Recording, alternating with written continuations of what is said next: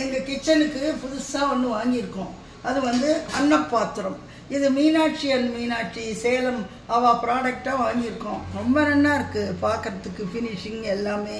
2 சைட்லேயும் கை சுடாமல் சாதம் வடிக்கிறதுக்கு ஹேண்டில், மேலே வந்து சிப்பல் தட்டுக்கு நல்லா வடிக்கிறதுக்கு ஈஸியாக வாட்டமாக இருக்குது. இந்த சைடில் நகராமல் இருக்கிறதுக்கு கிளிப் இருக்குது. ஸோ இதை எப்படி இப்போ சாதம் வடிக்கிறோங்கிறது பார்க்குறோம். இப்போது இதில் வந்து நான் வெங்கலப்பானை எப்படி வடிக்கிறோமோ அந்த மாதிரி தான் வடிக்க போகிறேன்.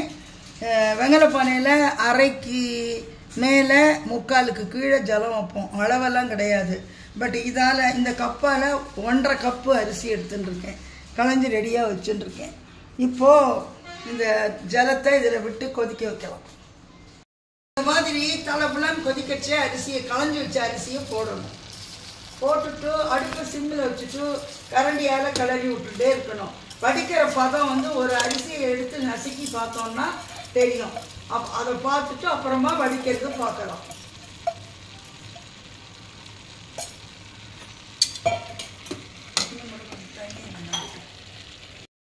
இந்த மாதிரி தான் வேகும். நான் அடுப்பை சின்னதாக தான் வச்சுருக்கேன். நல்லா அது வெந்த உடனே கொஞ்சம் நமக்கு தெரியும். எடுத்து பார்த்து ஒரு சாதத்தை அமுக்கி பார்த்தா செய்யும். ஒரு பானை சோத்துக்கு ஒரு சோறு பதம். சாதம் நல்லா வெந்து போயிடுத்து. இப்போ தான் வடிக்கணும். இப்போ கஞ்சி தனியாக சாதம் தனியாக இருக்குது. சூப்பராக இருக்குது.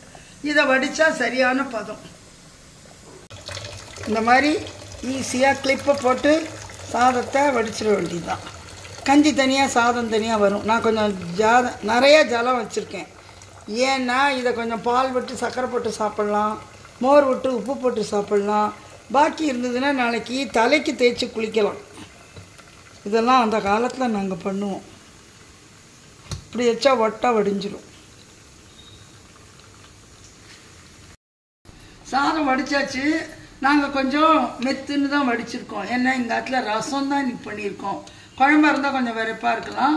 ரசம் சாதத்துக்கு இப்படி அலிசலாக இருந்தால் தான் நல்லாயிருக்கும். Super cooker. Thanks for Meenakshi and Meenakshi.